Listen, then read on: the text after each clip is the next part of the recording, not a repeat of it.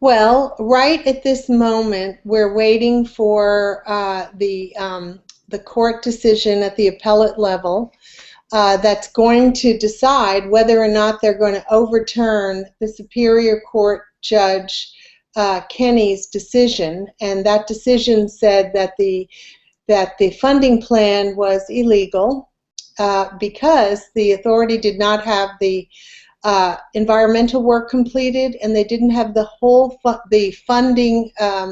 funding dollars to complete 300 miles of the project, which is called an initial operating segment. So the court has until, I believe I calculated, it's about until August 23rd to decide. The voters approved a plan in November of 2008, and it was a bond measure, so it had certain promises in it. The original amount was $42 billion. There were earlier numbers, even in the 30s, and then they changed it to dollars spent in the year of construction. So the voters were promised things such as the train would go 220 miles an hour, and it would take 2 hours and 40 minutes to get from San Francisco to LA. And the most important thing was that it would not require a subsidy. So a subsidy on the operational side, and that means that the fare box, the fares that people pay, would cover the operational costs. So Right. The capital cost was not in that calculation.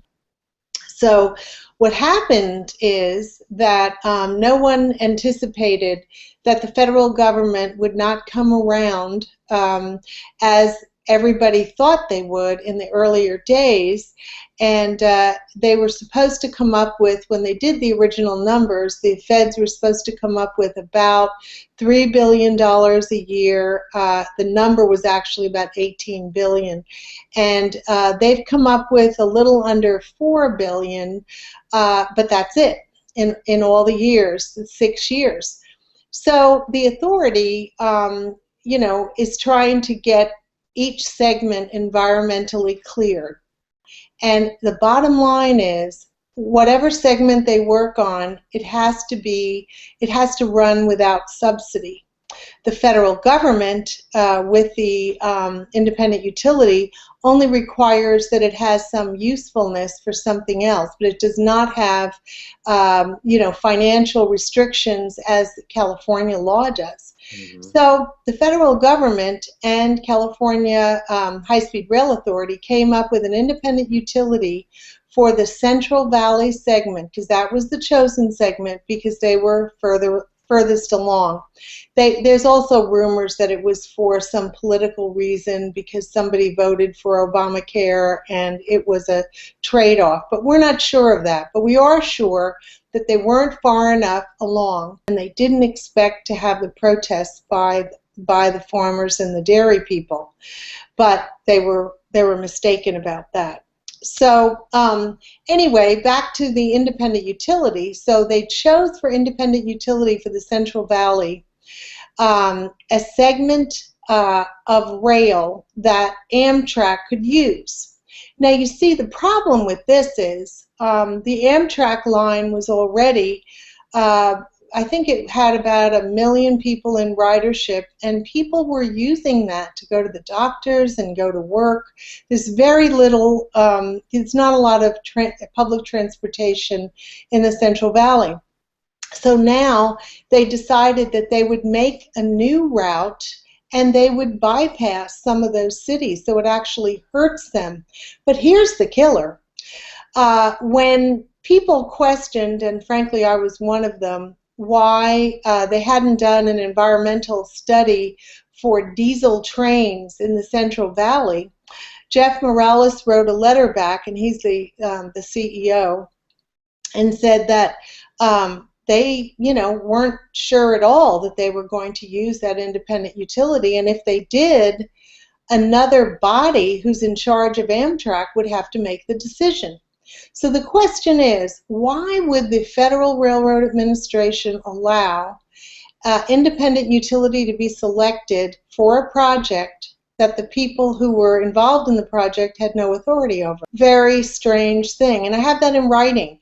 I was sent the letter, and it was filed on the Surface Transportation Board website. Here we are. It is 6 years later, and we haven't built anything yet because we have problems.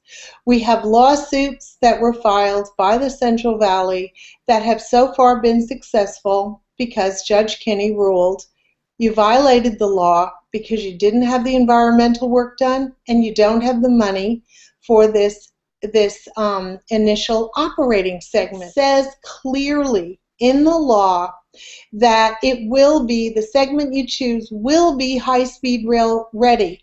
What's the number one thing that's to make it high-speed rail ready? Electric. Yep. And they're not building, they're not electrifying it. So why aren't they electrifying it? You know, you might think it's the cost or something. It's not. They don't have California Public Utilities Commission approval. They don't have the electric lines established through the route yet.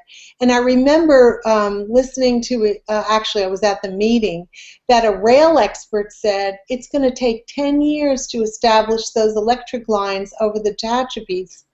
They're just not ready to build. A bond measure is a very special kind of a vote. It is a contract with the people. It just has to be followed, and they have to be held accountable. Somebody has to hold them accountable. And I'm hoping that for now it's the courts, but there's several lawsuits that are in process right now. So, you know, we'll wait. As I said earlier, I didn't like the tone too much of the appeals court hearing, but you know what? If it was such a slam dunk, and I hope that the courts just do the right thing, but if it was such a slam dunk and they were going to vote to overturn it, they would have done it, I think, quickly. I think the longer they take to make a decision, maybe something will come out of it, and hopefully politics won't play its ugly hand at the court level.